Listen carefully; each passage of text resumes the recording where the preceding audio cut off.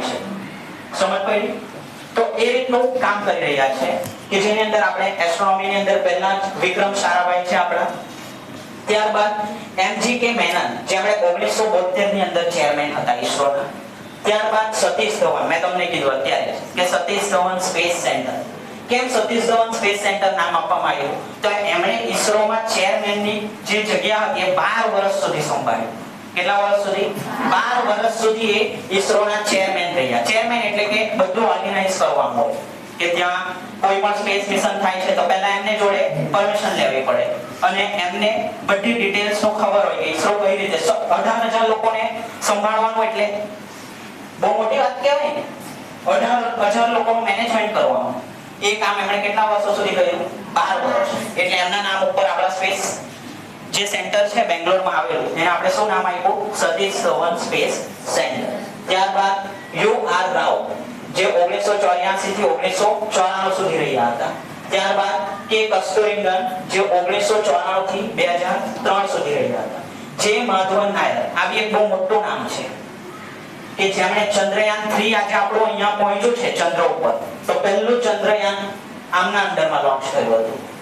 જી માધવન નાયર 2008 ની અંદર લોન્ચ થયું હતું. જ્યારે 2003 થી 9 વચ્ચે ઈસરોના ચેરમેન બન્યા હતા ને, તો 2008 માં એમણે ચંદ્રયાન 1 લોન્ચ કર્યું હતું. જે એક આપણા માટે પાયો બની રહે કે એક મિશન આપણું લોન્ચ થયું છે, ત્યારબાદ આપણને આગળ વધવાની જિજ્ઞાસા જાગે કે આપણે નવા મિશન પણ કરીએ. તો આ એક પાયાનું કામ કર્યું છે આપણે. કે રાધાકૃષ્ણન જે 2009 થી 2014 સુધી કર્યું. શૈલેષ નાયક જે 2015 માં. એસ કિરણ કુમાર જે 2015 થી 2018 વચ્ચે. અને કે સિવન, આ પણ એક બહુ મોટું નામ છે ઈસરોના ચેરમેનમાં કે સિવન સર 2018 થી 2022 ની અંદર. તો એમના અંડરમાં ચંદ્રયાન 2 લોન્ચ થયું હતું.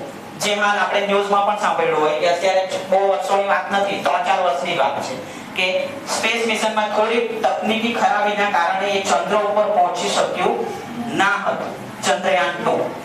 તેમ છતાંય આપણા ઈસરોના વૈજ્ઞાનિકો કેટલા હશે એવા કે જેમણે ચંદ્રયાન 3 ની પણ તૈયારી કરી. આપણે અત્યારે એક્ઝામની અંદર એક સબ્જેક્ટની અંદર ઓછા માર્ક આવે તો આપણે શું વિચારી લઈએ? હવે તો મારાથી નહીં થાય ભાઈ, બીજી એક્ઝામમાં તો તૈયારી. પણ આમને ચંદ્રયાન તો અત્યારે મિસ થઈ ગયું એમનાથી કે ચંદ્ર ઉપર પહોંચી ના શક્યું. તો હવે ગવર્નમેન્ટનું બી પ્રેશર આવે કે તમે એક મિશન તો અત્યારે જોડાવી દીધું કે ચંદ્ર ઉપર પહોંચી ના શક્યું, તો હવે ત્રીજા મિશન માટે અમે તમને પૈસા કેમ આપીએ? વિચારવાની વાત છે ને. તેમ છતાં એવી કન્ડિશનની અંદર શ્રી સોમનાથન સર જે હાલ અત્યારે ચેરમેન છે, તેમણે 2023 ની અંદર એટલે કે 23 ઓગસ્ટ 2023 એટલે આજથી 1 વર્ષ પહેલા જેમણે ચંદ્રયાન 3 લોન્ચ કર્યું હતું અને જે સક્સેસફુલી શું થયું હતું? ચંદ્ર ઉપર ઉતર્યું હતું અને ચંદ્રની ઉપર રિસર્ચ કરી હતી. તો આ ઈસરોનો ઇતિહાસ છે આટલો કે આપણને એક પાના ઉપર આટલો લાગે, પણ એ લોકોની એની અંદરની સ્ટ્રગલ, એની અંદર એ લોકોની મહેનત સમાયેલી છે. સમજ પડી? એટલે આપણે આ વિદ્યાર્થીઓને કહેવાનો ભાવાર્થ એટલો જ છે કે આની અંદરથી પણ કોઈ એવો વિદ્યાર્થી હશે કે જે આગળ જઈને આ સંસ્થાઓ જોડે કામ કરી શકે. એવું નથી કે આપણે ના કરી શકીએ. મહેનત કરવાની છે, થોડી આપણે વધારે મહેનત કરવાની છે. કારણ કે આની અંદર એટલે એક રિસ્પોન્સિબિલિટીનું કામ આવે, એક જવાબદારીનું કામ આવે. એના માટે આપણે પાયાથી જ મહેનત કરવાની છે અત્યારથી. તો આપણે એ સંસ્થા જોડે જોડાઈએ તો આપણે આપણો બેસ્ટ આપી શકીએ કે હું છું, હું કરી લઈશ. સમજ પડી? તો આ લેવલ ઉપર આપણે અહીંથી જ થોડું દેવાનું છે. નેક્સ્ટ, તો ભારતનો પહેલો ઉપગ્રહ આર્યભટ્ટ ઉપગ્રહની વાત કરીએ એટલે સેટેલાઇટ જ સમજવાનું. આર્ટિફિશિયલ એટલે કે બનાવટી ઉપગ્રહ. આપણો કુદરતી ઉપગ્રહની વાત કરીએ તો આપણે કયો કુદરતી ઉપગ્રહ કોઈને ખબર? ચંદ્ર એ આપણો કયો છે? કુદરતી ઉપગ્રહ. આર્ટિફિશિયલ એટલે કે બનાવટી, કોઈ સેટેલાઇટ મિશન દ્વારા પૃથ્વીને ગોળ ફરવા માટે મોકલીએ છે. કેમ કે આપણને ખબર છે કે પૃથ્વી છે તેની ફરતે કોણ ફરે છે?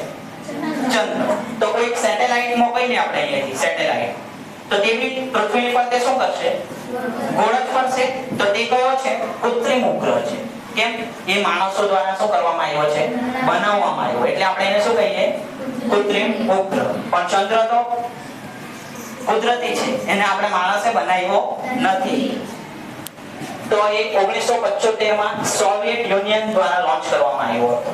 ત્યારબાદ રોહિણી પ્રથમ ઉપગ્રહ જે SSLV, આ જરા પ્રિન્ટિંગ મિસ્ટેક છે, launch vehicle SSLV, small satellite launch vehicle. Small satellite એટલે શું? નાની નાની સેટેલાઇટ હોય ને તો એને લોન્ચ કરવા માટે આપણે મોટા રોકેટનો ઉપયોગ કરીએ તો શું થાય?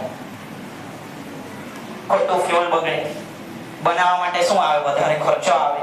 તો આપણે નાનો રોકેટ બનાવવાનો. જો નાની નાની સેટેલાઇટ મોકલવાની હોય તો મોટો રોકેટ બનાવવાની જરૂર છે આપણે? ના. તો એના માટે આપણે કેવું નાનો રોકેટ બનાવ્યું. તો એનું નામ શું આપ્યું? SSLV, small satellite launch vehicle. તો એના દ્વારા પણ કેટલાક એવા સેટેલાઇટ છે જે આપણી પૃથ્વીની ઉપર ફરે છે, જેનો અમુક સમયગાળો હોય.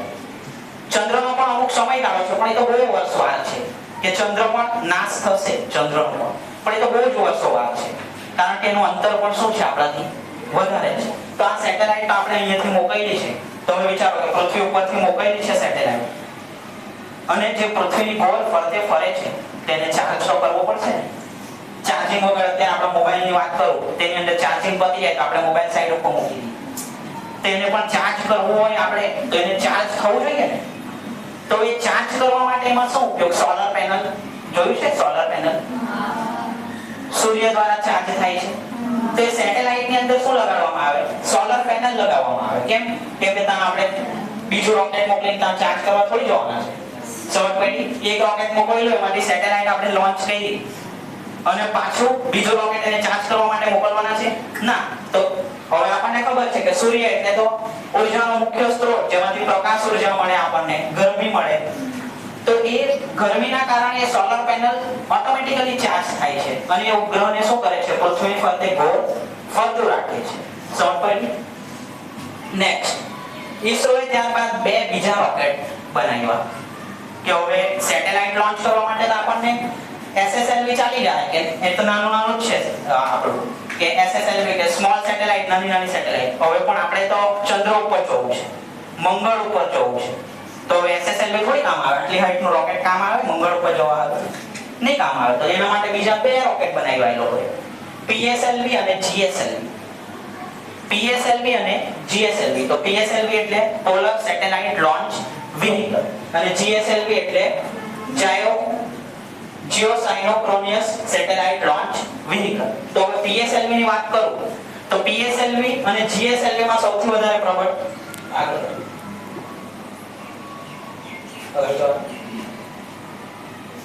આ PSLV રોકેટ દેખાય છે તમને? PSLV રોકેટ એટલે આ પ્રકારની રચના. આગળ જો. અને GSLV આ દેખાય છે? GSLV ની અંદર તમને ફરક દેખાઈ ગયો છે કે આ બે બીજા લગાવ્યા છે આપણે. એટલે PSLV રોકેટ કરતા પ્રબળ રોકેટ કોણ છે? GSLV. તો PSLV નો ઉપયોગ શાના માટે કરવામાં આવ્યો હતો?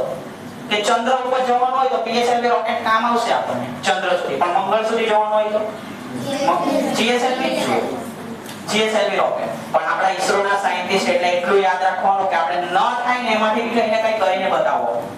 PSLV ની કેપેસિટી ભલે ઓછી છે, તેમ છતાંય આપણે એને મંગળ ગ્રહની પરિભ્રમણ કક્ષામાં લઈ ગયા હતા.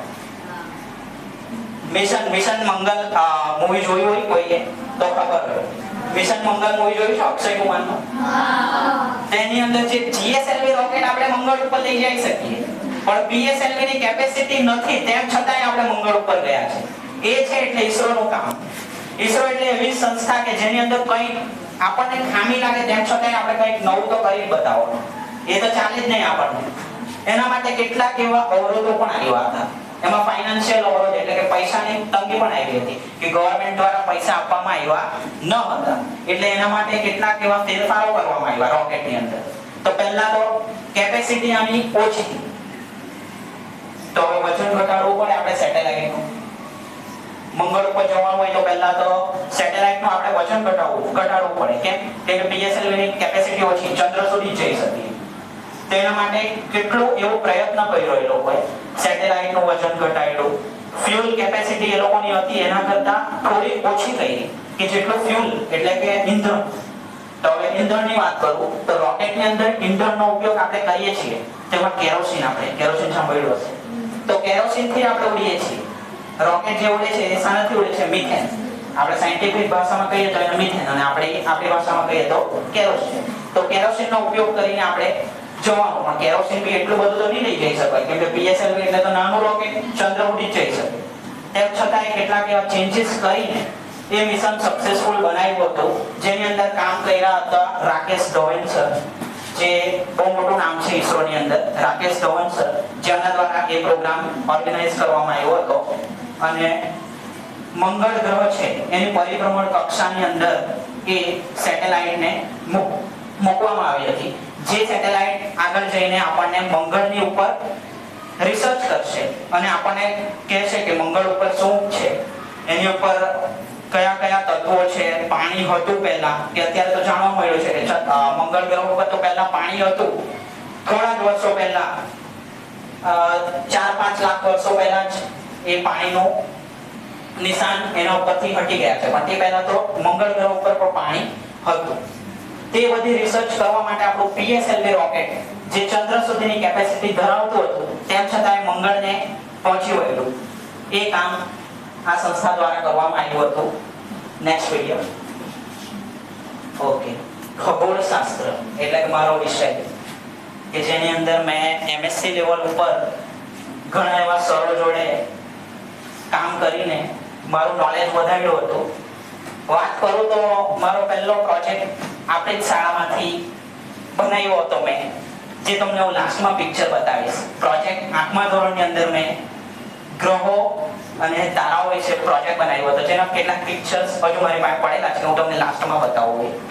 તો ખગોળશાસ્ત્ર કે પૃથ્વી અને તેના વાયુમંડળની બહાર, કે પૃથ્વીના થોડા ઉપર જઈએ આપણે એટલે આપણું વાતાવરણ ધીરે ધીરે શું થાય છે, ઘટતું જાય છે. અને જેમ જેમ આપણે ઉપર જઈએ તો ગુરુત્વાકર્ષણ બળ શું થાય છે, ઘટતું જાય. એટલે આપણે સ્પેસમાં જઈએ તો આપણા ઉપર ગુરુત્વાકર્ષણ કામ કરશે નહીં, એટલે આપણે શું કરશું, સીધા હવામાં તરવા લાગીશું.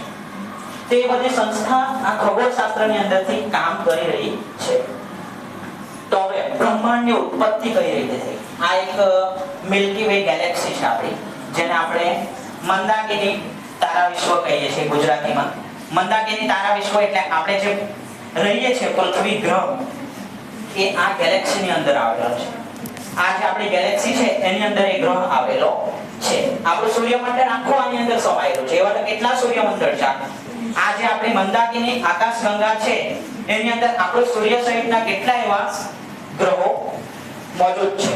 તો હવે એની અંદર નો અભ્યાસ કરવા માટેની જે શાખા છે એમાં એક કોસ્મોલોજી આવે અને એક એસ્ટ્રોફિઝિક્સ. નેક્સ્ટ આગળ